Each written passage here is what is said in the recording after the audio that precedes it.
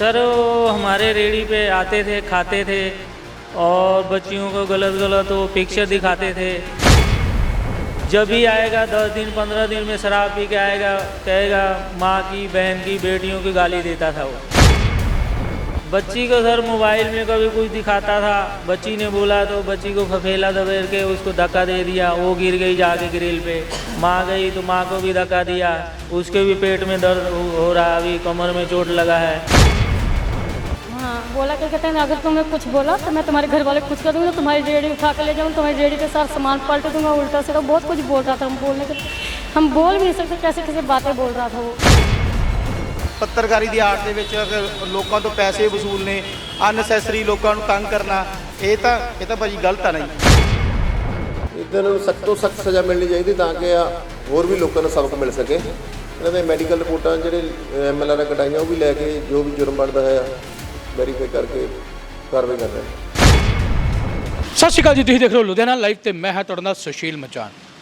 Ludhiana live ਦੀ team ਪਹੁੰਚੀ ਹੈ ਸ਼ੇਰਪੁਰ ਦੇ ਨਜ਼ਦੀਕ ਓਸਵਾਲ फैक्ट्री के कोले, जिथे एक गरीब परिवार जो कि मेहनत मजदूरी करके रोटी कमांदा है तो खांदा है। मेहनत मजदूरी कादी है, एक आंडिया की रेहड़ी, एक चिकन की रेहड़ी लगाते ने और उत्थों दी अपनी 4 बच्चियां नूं पालते ने। एक अजिहा शर्मसार करने वाला मामला सामने आया जो कि एक गरीब परिवार की एक छोटी बच्ची के नाल गलत काम किया गया है और गलत छेड़छाड़ की गई है। उस तो बाद मार कुटाई भी की गई है। की हैगा पूरा मामला जानते हैं इस गरीब परिवार के नाल जो कि प्रवासी परिवार है। आए दिन तस्वीरां देखने को मिलती हैं कि गरीबां नाल धक्के होंदे ने, अजिहे धक्के भी होंदे ने, अज पहली बारी देखने को मिल रहा हैगा वा।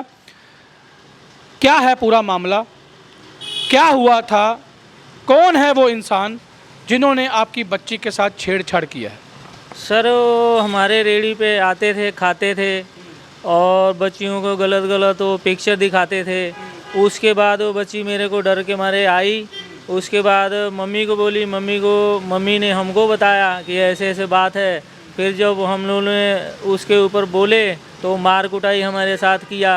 ऊपर से कहता हमको रेडी का पैसे दो, पैसे मांगता, वो कहता हम पत्रकार हैं, पत्रकार के नाम पे आता था, खाता था, जाता था। उसके बाद फिर हमारे बच्चियों को मारा, हमारे जनानी को मारा। हम बोलने गए तो हमारे साथ भी गाली गलौज करने लगा। फिर आसपास में भी लोग थे, वो भी आए, छुड़ाए उड़ाए, फिर अपने बंदे बुलाया वो। फिर उसके बाद उन्होंने शोर मचाया तो भाग गया। हमने रात को जो भी है कहते हैं वो मानता नहीं था, जब भी आता था शराब पी के उल्ट पुल्ट हरकतें करता था। कई बारी हमने बर्दाश्त किया, मैं कहा चलो कोई बात नहीं। कब से आ रहे थे आपके पास वो? सर वो 3-4 महीना हो गया। जब भी आएगा 10 दिन 15 दिन में शराब पी के आएगा, कहेगा माँ की, बहन की, बेटियों की गाली देता था वो। मैं कहा चलो यार, हम तो डर गए, लेकिन हमको तो इंसाफ कहीं से भी मिलना चाहिए। हम अपना रेडी लगाए, 4 बच्चियाँ हैं, हम गरीब आदमी हैं, परदेसी हैं, अपना कमाते हैं, खाते हैं, उसी से हमारा खर्चा चलता है, वही हमारा गुजारा है, उसी से है। हम बाहर फैक्ट्री के बाहर मालिक ने दिया, वहाँ हम रेडी लगाते हैं। आपको पता आप गरीब नहीं हो, आप बहुत अमीर हो। जिसके घर में बच्ची होती है ना, वो सबसे बड़ा अमीर आदमी होता है, इसलिए गरीब नहीं बोलना कभी भी अपने आप को। ये बताइए, 3-4 महीने से आ रहा था, पैसे देता था या नहीं देता था? नहीं, पैसे नहीं देता था। क्यों नहीं देता था? वो कहता था, एक बार बोला, 2 बार बोला, कहता पैसे चाहिए, ऐसे बोल के खा के भाग जाता था। बच्ची के साथ क्या हुआ था, कैसे हुआ था, पूरी डिटेल में बताएं। बच्ची को सर मोबाइल में कभी कुछ दिखाता था, बच्ची ने बोला तो बच्ची को फफेला दबेड़ के उसको धक्का दे दिया, वो गिर गई जाके ग्रिल पे। माँ गई तो माँ को भी धक्का दिया, उसके भी पेट में दर्द हो रहा, अभी कमर में चोट लगा है। उसके बाद हम लोग जाके थाने में, सिविल में जाके पर्चा कराएं, पर्चा करा के थाने में दिए। 18 तारीख को हुआ, 19 तारीख को हमने वहाँ पे पर्चा कराए हैं, अभी तो कोई सुनवाई नहीं हुआ। ये बताइए, ये मामला हुआ क्या था, आपको मारा क्यों उसने? वो कहता है कि हमको चिकन खिलाओ, तो हमारे भाई बोली कि अब चिकन तुम्हारे लायक नहीं है, या हम चिकन नहीं देंगे, हमारे पास नहीं है। उसी पे बोला कि मैं ठुरी मार दूंगा, रेडी पलट दूंगा, कल मैं खड़ा होकर रेडी उठवा के फेंकवाऊँगा, मैं उठवाऊँगा। तो वाइफ बोली कि जाओ, जब आना उठाने तो हम देख लेंगे, कोई बात नहीं, जाओ। आप एक माँ हो, आपकी बच्ची है, छोटी बच्ची है, कितनी उम्र है? वो के 12 साल की है। क्या हुआ था? मतलब वो मैं वो नीचे ये दुकान पे खड़े थे, ग्राहकों को देख रहे थे और मैं थोड़ा बर्तन मांज रही थी। तो मैं कहा बेटा देखो वो अंकल ने कुछ मांगा है, जाकर दे दो। कहते ठीक है मम्मी मैं जा रही हूँ देने। तो कहती मम्मी वो अंकल कुछ मोबाइल चला रहे थे, कहते बेटा ये देखो, उसको बोले बेटा गुड़िया देखो इसको। तो लड़की देखी तो भागने नहीं, कहती बेटा तुम यहाँ बैठो कुर्सी पे, मेरे पास बैठो। तो उन्होंने गलत रास्ते पे हाथ लगाया लड़की को। लगाया करने के बाद फिर लड़की वहाँ से उठ के भागी, कहती मम्मी मम्मी। तो मैं बस भागी लड़की के पास। मैं कहा बेटा क्या हुआ? कहती मम्मी मेरे को ये बनता ऐसे छेड़ रहा था, कह रहा था।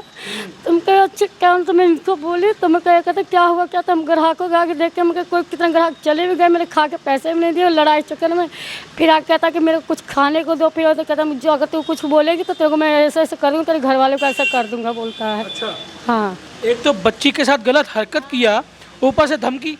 हाँ, बोला क्या कहते हैं अगर तुमने कुछ बोला तो मैं तुम्हारे घर वाले कुछ कर दूँगा, तुम्हारी रेडी उठा के ले जाऊँगा, तुम्हारी रेडी के साथ सामान पलट दूंगा, उल्टा सीधा बहुत कुछ बोल रहा था। हम बोल भी नहीं सकते कैसे कैसे बातें बोल रहा था वो। दिल मत छोटा कीजिए, भगवान के घर में देर है अंधेर नहीं है। अक्सर आए दिन जो ये लोग ऐसे हवान बाहर घूम रहे हैं ना, इनकी जो जगह है या तो नरक में है या फिर जेल में है।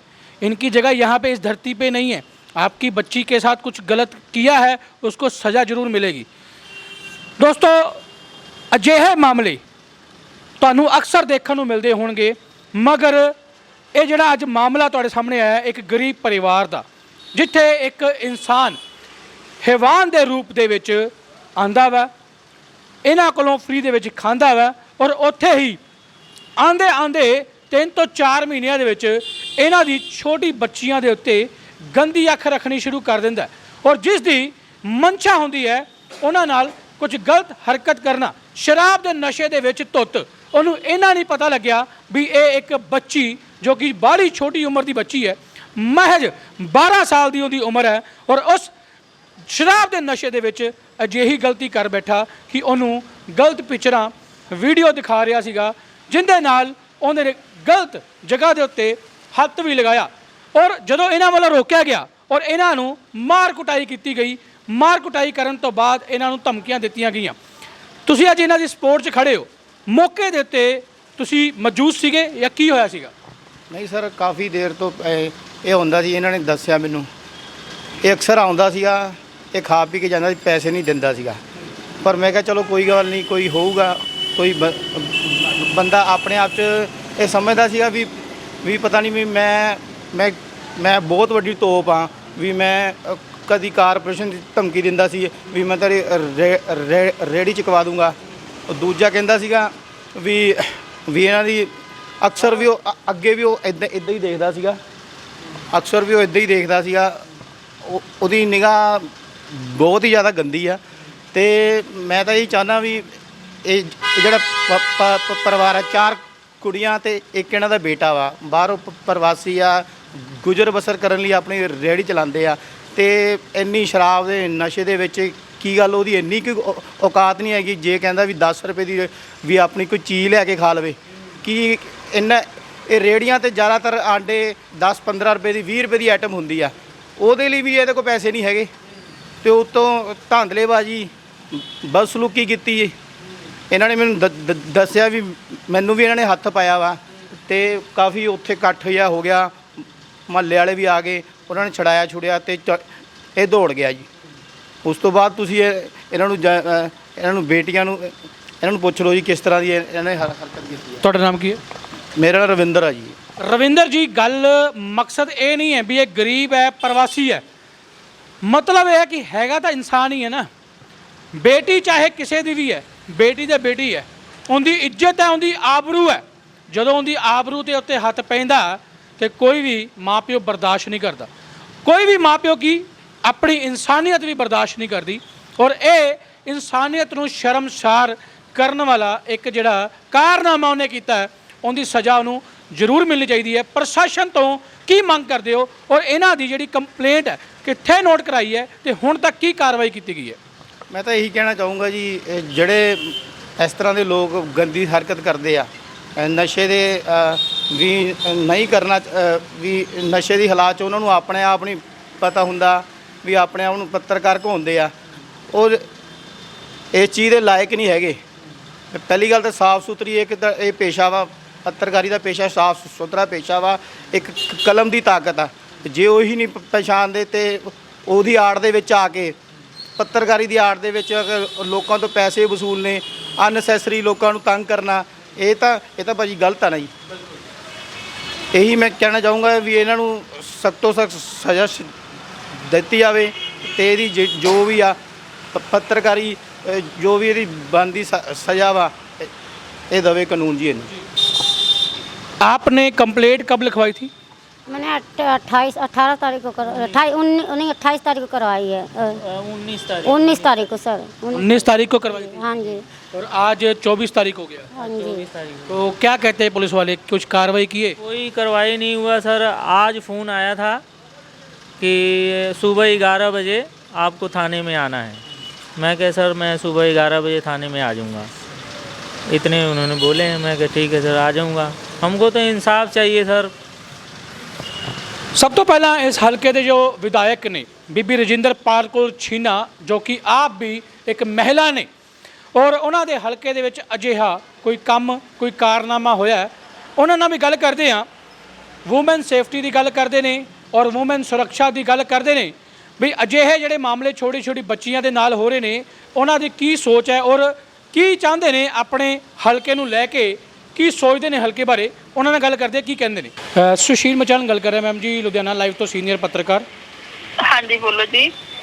ਮੈਮ ਆਪਣੇ ਨਾ ਹਲਕੇ ਦੇ ਵਿੱਚ ਸ਼ੇਰਪੁਰ ਦੇ ਨੇੜੇ ਨਾ ਓਸਵਾਲ ਮਿੱਲ ਹੈਗੀ ਹੈ, ਉਹਦੇ ਨੇੜੇ ਕੋਈ ਇੱਕ ਪ੍ਰਵਾਸੀ ਪਰਿਵਾਰ ਹੈ ਜੀ, ਜਿਨ੍ਹਾਂ ਦੀ ਇੱਕ ਬੱਚੀ ਹੈਗੀ 12 ਸਾਲ ਦੀ। ਕੋਈ ਇੱਕ ਬੰਦਾ ਆਂਦਾ ਸੀ ਇਹਨਾਂ ਕੋਲ ਸ਼ਰਾਬ ਦੇ ਨਸ਼ੇ ਦੇ ਵਿੱਚ ਧੁੱਤ, ਔਰ ਚਿਕਨ ਵੀ ਖਾ ਜਾਂਦਾ ਸੀਗਾ, ਆਂਡੇ ਵੀ ਖਾ ਜਾਂਦੇ, ਪੈਸੇ ਵੀ ਨਹੀਂ ਦਿੰਦਾ ਸੀਗਾ।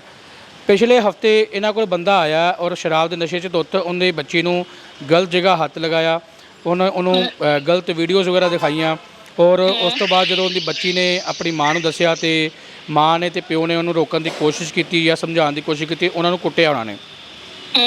ਤੇ ਅਜਿਹਾ ਮਾਮਲਾ ਕੋਈ ਤੁਹਾਡੀ ਨੌਲੇਜ 'ਚ ਆਇਆ ਜੀ? ਦੇਖੋ ਅੱਜ ਮੇਰੀ ਨੌਲੇਜ 'ਚ ਆਇਆ ਸੀ, ਉਸੇ ਟਾਈਮ ਮੈਂ ਚੌਂਕੀ ਇੰਚਾਰਜ ਨੂੰ ਕਹਿਤਾ ਕਿ ਜਿਹੜਾ ਵੀ ਕੋਈ ਵੀ ਹੋਵੇ ਜਿਹੜੇ ਛੋਟੀ ਬੱਚੀਆਂ ਦੇ ਨਾਲ ਇਸ ਤਰ੍ਹਾਂ ਕਰਦੇ ਉਹ ਬਖਸ਼ੇ ਨਹੀਂ ਜਾਣਗੇ ਜੀ। ਉਹਦੇ ਤੇ ਪੂਰੀ ਕਾਨੂੰਨੀ ਕਾਰਵਾਈ ਹੋਊਗੀ ਤਾਂ ਕਿ ਪਰਿਵਾਰ ਨੂੰ ਇਨਸਾਫ ਦਿਵਾਇਆ ਜਾਵੇ। ਦੇਖੋ ਬੱਚੀ ਬੜੀ ਛੋਟੀ ਹੈ ਜੀ, ਤੇ ਛੋਟੀ ਬੱਚੀ ਨਾਲ ਜੇ ਇਦਾਂ ਦਾ ਕਰਦੇ ਆ ਤਾਂ ਬਹੁਤ ਬੁਰਾ, ਤੇ ਉਹਨੂੰ ਕਾਨੂੰਨ ਦੇ ਡੰਡਾ ਉਹਦੇ ਤੇ ਜ਼ਰੂਰ ਚੱਲੇਗਾ ਜੀ ਬਿਲਕੁਲ। ਔਰ ਮੈਮ ਜਿੱਥੇ ਤਾਂ ਤੁਸੀਂ ਵੀ ਇੱਕ ਮਹਿਲਾ ਹੈਗੇ ਹੋ ਔਰ ਹਮੇਸ਼ਾ ਤੁਸੀਂ ਗੱਲ ਕਰਦੇ ਹੈਗੇ ਹੋ ਵੂਮਨ ਸੇਫਟੀ ਦੀ, ਤੇ ਅਜਿਹੇ ਜਿਹੜੇ ਸ਼ਰਾਰਤੀ ਅਨਸਰ ਨੇ ਜੋ ਇਨਸਾਨ ਦੇ ਰੂਪ ਦੇ ਵਿੱਚ ਹੈਵਾਨ ਨੇ, ਜਿਨ੍ਹਾਂ ਦਾ ਇਸ ਧਰਤੀ ਦੇ ਉੱਤੇ ਕੋਈ ਕੰਮ ਨਹੀਂ ਹੈ, ਇਹਨਾਂ ਨੂੰ ਸਖਤ ਤੋਂ ਸਜ਼ਾ ਦੀ ਰეკਮੈਂਡੇਸ਼ਨ ਕਰੋਗੇ ਤੁਸੀਂ? ਬਿਲਕੁਲ ਕਰਾਂਗੇ ਜੀ, ਕਿਉਂਕਿ ਜਿੱਥੇ ਅਸੀਂ ਕਹਿੰਦੇ ਆ ਬੇਟੀ ਬਚਾਓ ਤੇ ਅਸੀਂ ਉਹਨਾਂ ਬੱਚੀਆਂ ਦੇ ਲਈ ਮੈਂ ਖੜੀ ਹੋਈ ਆ ਤੇ ਉਹਨਾਂ ਦੇ ਨਾਲ ਜਿਹੜੀ ਇਦਾਂ ਦੇ ਲੋਕ ਕਰਦੇ ਆ ਤੇ ਉਹਨਾਂ ਨੇ ਜ਼ਰੂਰ ਉਸ ਜਿੱਥੇ ਉਹਨਾਂ ਦੀ ਜਗ੍ਹਾ ਹੈਗੀ ਉੱਥੇ ਬਚਾਵਾਂਗੇ। ਪਰਿਵਾਰ ਦਾ ਮੈਮ ਇਹ ਵੀ ਕਹਿਣਾ ਹੈਗਾ ਵੀ 5 ਤੋਂ 6 ਦਿਨ ਹੋ ਚੁੱਕੇ ਨੇ, ਪੁਲਿਸ ਵਾਲੇ ਕੋਈ ਸੁਣਵਾਈ ਨਹੀਂ ਕਰਦੇ ਪਏ। ਨਹੀਂ, ਉਹਨਾਂ ਨਾਲ ਮੇਰੀ ਅੱਜ ਐਸਐਚਓ ਸਾਹਿਬ ਨਾਲ ਗੱਲ, ਏਐਸਆਈ ਸਾਹਿਬ ਨਾਲ ਗੱਲ ਹੋਈ ਸੀ ਜੋ ਚੌਂਕੀ ਇੰਚਾਰਜ ਨੇ ਜੀ। ਉਹਨਾਂ ਦੇ ਕੋਲੇ ਧਿਆਨ 'ਚ ਇਹ ਮੈਟਰ ਸੀਗਾ, ਲੇਕਿਨ ਉਸ ਟਾਈਮ ਉਹ ਕੋਰਟ 'ਚ ਸੀਗੇ। ਉਹਨਾਂ ਨੂੰ ਮੈਂ ਕਿਹਾ ਕਿ ਇਹਨਾਂ ਦੇ ਬੱਚੀ ਦੇ ਘਰਦਿਆਂ ਨੂੰ ਇਨਸਾਫ ਦਿਵਾਓ, ਇਹਨਾਂ ਦੋਨਾਂ ਪਾਰਟੀਆਂ ਨੂੰ ਬੁਲਾਓ ਔਰ ਜਿਹੜੀ ਉਹਨਾਂ ਤੇ ਬਣਦੀ ਕਾਨੂੰਨੀ ਕਾਰਵਾਈ ਕਰੋ ਜੀ। ਬਹੁਤ ਬਹੁਤ ਸ਼ੁਕਰੀਆ ਮੈਮ ਜੀ, ਬਹੁਤ ਬਹੁਤ ਸ਼ੁਕਰੀਆ ਮੈਮ ਜੀ, ਥੈਂਕ ਯੂ ਜੀ। ਸੋ ਤੁਸੀਂ ਗੱਲ ਕਰ ਰਹੇ ਸੀਗੇ ਬੀਬੀ ਰਜਿੰਦਰ ਪਾਲ ਕੌਰ ਛੀਨਾ, ਜੋ ਹਲਕੇ ਦੇ ਵਿਧਾਇਕ ਨੇ, ਜੋ ਇੱਕ ਬੇਟੀ ਪੜ੍ਹਾਓ ਬੇਟੀ ਬਚਾਓ ਦੇ ਹੱਕ ਦੇ ਵਿੱਚ ਆਪਣਾ ਨਾਰਾ ਵੀ ਬੁਲੰਦ ਕਰ ਰਹੇ ਨੇ। ਸਰਕਾਰ ਵੀ ਇਹੀ ਕਹਿ ਰਹੀ ਹੈ। ਸੋ ਅਜਿਹੇ ਹੈਵਾਨਾਂ ਦੇ ਨਾਲ ਕੀ ਹੋਣਾ ਚਾਹੀਦਾ ਦੋਸਤੋ, ਕਮੈਂਟ ਕਰਕੇ ਜ਼ਰੂਰ ਦੱਸਣਾ। ਖਬਰ ਨੂੰ ਵੱਧ ਤੋਂ ਵੱਧ ਸ਼ੇਅਰ ਕਰਨਾ।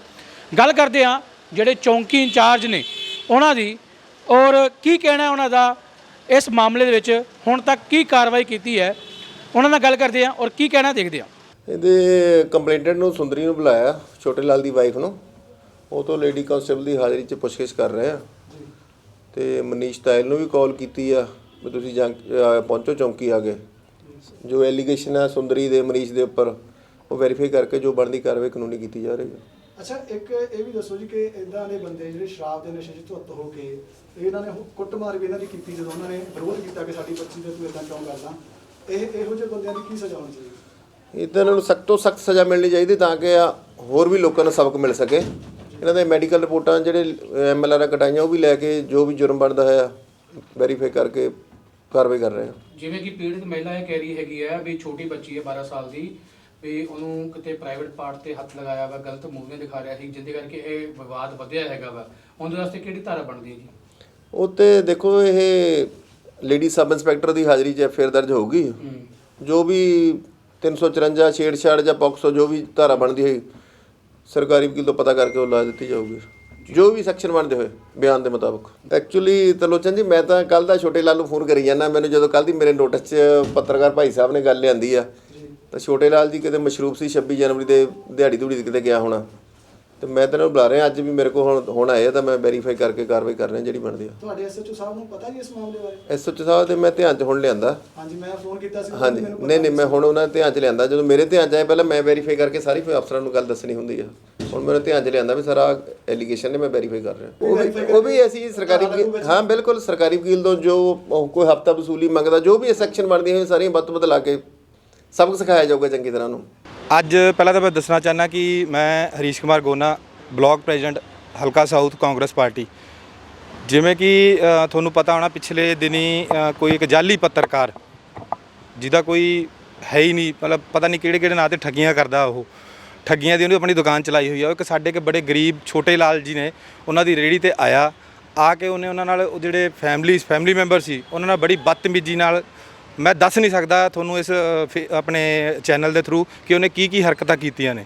ਜਿਸ ਰਿਗਾਰਡਿੰਗ ਮੈਂ ਇੱਥੇ ਆਪਣੇ ਜਿੱਥੇ ਮੇਰੀ ਡਿਊਟੀ ਬਣਦੀ ਹੈ ਕਿ ਗਰੀਬਾਂ ਆਦਮੀ ਨਾਲ ਖੜਾਂ, ਗਰੀਬ ਦੀ ਆਵਾਜ਼ ਚੱਕਾਂ, ਤੇ ਮੈਂ ਇੱਥੇ ਸ਼ੇਰਪੁਰ ਚੌਂਕੀ ਆਇਆ ਸੀ। ਤੇ ਆਉਣ 'ਤੇ ਜਦੋਂ ਮੈਂ ਉਹਨਾਂ ਦੇ ਧਰਮਿੰਦਰ ਇੰਚਾਰਜ ਸਾਹਿਬ ਨੂੰ ਮਿਲਿਆ ਤੇ ਉਹਨਾਂ ਨੂੰ ਪੂਰੀ ਹੱਡਬੀਤੀ ਦੱਸੀ, ਤੇ ਉਹਨਾਂ ਨੇ ਮੈਨੂੰ ਪੂਰਨ ਆਸ਼ਵਾਸਨ ਦਿੱਤਾ ਕਿ ਮੈਂ ਜਿਹੜੀ ਇਹਦੇ 'ਤੇ ਬਣਦੀ ਕਾਰਵਾਈ ਆ ਉਹ ਕਰਕੇ ਦਊਂਗਾ। ਪ੍ਰੈਸ ਦੀ ਹਾਜ਼ਰੀ ਦੇ ਵਿੱਚ ਇਹ ਬਿਆਨ ਉਹਨਾਂ ਨੇ ਦਿੱਤੇ ਨੇ। ਬੱਚੀ ਦੇ ਨਾਲ ਉਹਨੇ ਕਿਸੇ ਕੋਈ ਫੋਨ ਦੇ ਉੱਤੇ ਕੋਈ ਵੀਡੀਓ, ਅਸ਼ਲੀਲ ਵੀਡੀਓ ਦਿਖਾਈ ਹੈ। ਹਾਂ, ਬੱਚੀ ਨੂੰ ਦਿਖਾਈ ਹੈ, ਤੇ ਉਹ ਮਤਲਬ ਬਹੁਤ ਹੀ ਨਿੰਦਣਯੋਗ ਹੈ। ਤੇ ਪਿੱਛੇ ਵੀ ਇੱਕ ਦੋ ਬੰਦਿਆਂ ਨੇ ਸੁਣਨ 'ਚ ਆਇਆ ਸੀ ਕਿਤੇ ਢੋਲੇਵਾਲ 'ਚ ਵੀ ਇਹਨੇ ਇਹੋ ਜਿਹੀ ਹਰਕਤ ਕੀਤੀ ਸੀਗੀ ਇਸ ਬੰਦੇ ਨੇ। ਸੋ ਇੱਕ ਤਰ੍ਹਾਂ ਦਾ ਮਤਲਬ ਕਿ ਪ੍ਰੈਸ ਦੇ ਨਾਮ 'ਤੇ ਕਿਸੇ ਨੂੰ ਡਰਾਉਣਾ ਧਮਕਾਉਣਾ, ਉਹਨੇ ਆਪਣੀ ਦੁਕਾਨਦਾਰੀ ਸ਼ੁਰੂ ਕੀਤੀ ਹੋਈ ਆ। ਤੇ ਜਿੱਥੇ ਮੇਰੀ ਡਿਊਟੀ ਬਣਦੀ ਆ, ਸਾਡੀ ਕਾਂਗਰਸ ਪਾਰਟੀ ਦੀ ਡਿਊਟੀ ਬਣਦੀ ਆ ਕਿ ਗਰੀਬਾਂ ਨਾਲ ਖੜਾ ਹੋ ਕੇ ਗਰੀਬਾਂ ਦੀ ਆਵਾਜ਼ ਚੱਕਣੀ। ਤੋ ਇਸ ਕਰਕੇ ਮੈਂ ਇਸ ਪਰਿਵਾਰ ਦੇ ਨਾਲ ਡਟ ਕੇ ਖੜਾ ਵਾਂ, ਤੇ ਜਿੰਨਾ ਵੀ ਹੋ ਸਕਦਾ ਇਸ ਪਰਿਵਾਰ ਦੇ ਨਾਲ ਇਹਦਾ ਮੁਕੱਦਮਾ ਦਰਜ ਕਰਾ ਕੇ ਉੱਠੂੰਗਾ ਜੀ। ਪ੍ਰਧਾਨ ਜੀ, ਕੀ ਲੱਗਦਾ ਹਮੇਸ਼ਾ ਹੀ ਗਰੀਬਾਂ ਨਾਲ ਹੀ ਧੱਕਾ ਹੁੰਦਾ ਰਹਿੰਦਾ ਸ਼ਹਿਰ ਦੇ ਵਿੱਚ, ਲਗਾਤਾਰ ਇਹ ਵਾਰਦਾਤਾਂ ਸੁਣਨ ਨੂੰ ਮਿਲਦੀਆਂ, ਕੀ ਲੱਗਦਾ?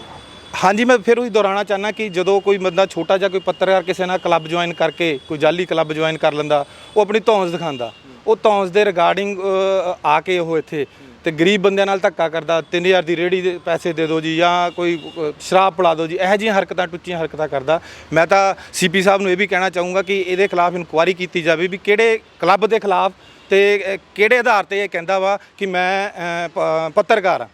ਇਸ ਮਾਮਲੇ ਦੇ ਵਿੱਚ FIR ਨੰਬਰ 21 ਔਰ 25/1/23 under section 323 354 IPC 12 POCSO act ਦੇ ਅਧੀਨ ਮਾਮਲਾ ਦਰਜ ਕਰ ਲਿੱਤਾ ਗਿਆ ਹੈ। FIR ਦਰਜ ਹੋ ਚੁੱਕੀ ਹੋਈ ਹੈ। ਔਰ ਦੱਸ ਦਈਏ ਕਿ ਇਸ FIR ਦੇ ਵਿੱਚ ਜੋ ਰਿਪੋਰਟ ਸਾਡੇ ਸਾਹਮਣੇ ਆ ਰਹੀ ਹੈਗੀ ਹੈ, FIR ਦੀ ਕਾਪੀ, ਬਹੁਤ ਹੀ ਗਲਤ ਜਿਹੜੀ ਚੀਜ਼ਾਂ ਨੇ ਉਹ ਸਾਹਮਣੇ ਆ ਰਹੀਆਂ ਨੇ ਵੀ ਗਲਤ ਮੂਵੀਆਂ ਦਿਖਾ ਕੇ ਪਿੱਛੇ ਹੱਥ ਮਾਰਿਆ, ਇਹ ਸਾਰਾ ਕੁਝ ਲਿਖਿਆ ਹੋਇਆ ਵਾ। ਬੜੀ ਮੰਦਭਾਗੀ ਘਟਨਾ ਹੈ ਜੋ ਕਿ ਆਏ ਦਿਨ ਅਜਿਹੇ ਮਾਮਲੇ ਜਦੋਂ ਸਾਹਮਣੇ ਆਉਂਦੇ ਨੇ ਤੇ ਕਿਤੇ ਨਾ ਕਿਤੇ ਇਨਸਾਨੀਅਤ ਨੂੰ ਵੀ ਸ਼ਰਮਸਾਰ ਕਰਦੇ ਨੇ। ਹੁਣ ਦੇਖਣਾ ਇਹ ਹੋਊਗਾ ਬਈ ਇਹ ਜਿਹੜੇ ਵੱਡੇ ਇਲਜ਼ਾਮ ਲੱਗ ਰਹੇ ਨੇ ਇਹ ਕਿੱਥੇ ਤੱਕ ਸਾਬਤ ਹੁੰਦੇ ਨੇ ਔਰ ਕਿਹੜੇ ਅਜਿਹੇ ਕਾਨੂੰਨ ਨੇ ਜਿਨ੍ਹਾਂ ਦੇ ਤਹਿਤ ਕਿੰਨੀ ਸਜ਼ਾ ਹੁੰਦੀ ਹੈ। ਜਿਹੜੇ ਲੋਕ ਕੈਮਰਾਮੈਨ ਮਨੋਜ ਦੇ ਨਾਲ ਸੁਸ਼ੀਲ ਮਚਾਨ ਦੀ ਰਿਪੋਰਟ, ਲੁਧਿਆਣਾ ਲਾਈਵ।